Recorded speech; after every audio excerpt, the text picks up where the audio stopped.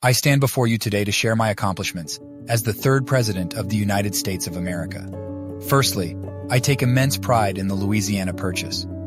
Through this historic acquisition, we doubled the size of our young nation, expanding westward and securing vast territories that would fuel America's growth and prosperity for generations to come. Secondly, I championed the Lewis and Clark expedition. Led by Meriwether Lewis and William Clark, this dangerous journey explored the uncharted territories of the West, collecting valuable scientific knowledge and forging connections with the indigenous peoples of the region.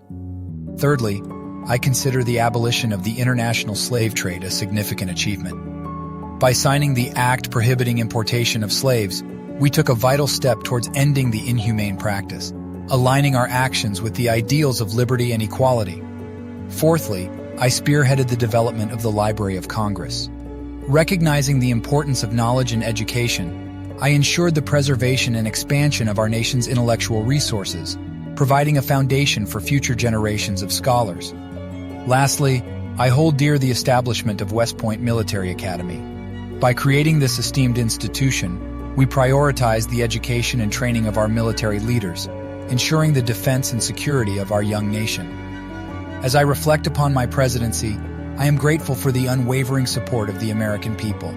Together, we embarked on a journey of progress, expansion, and the pursuit of knowledge, forever shaping the destiny of our nation. Let us remember the principles of freedom, democracy, and individual liberty that continue to guide us as Americans. May we cherish the accomplishments of the past as we strive to build a brighter future for all.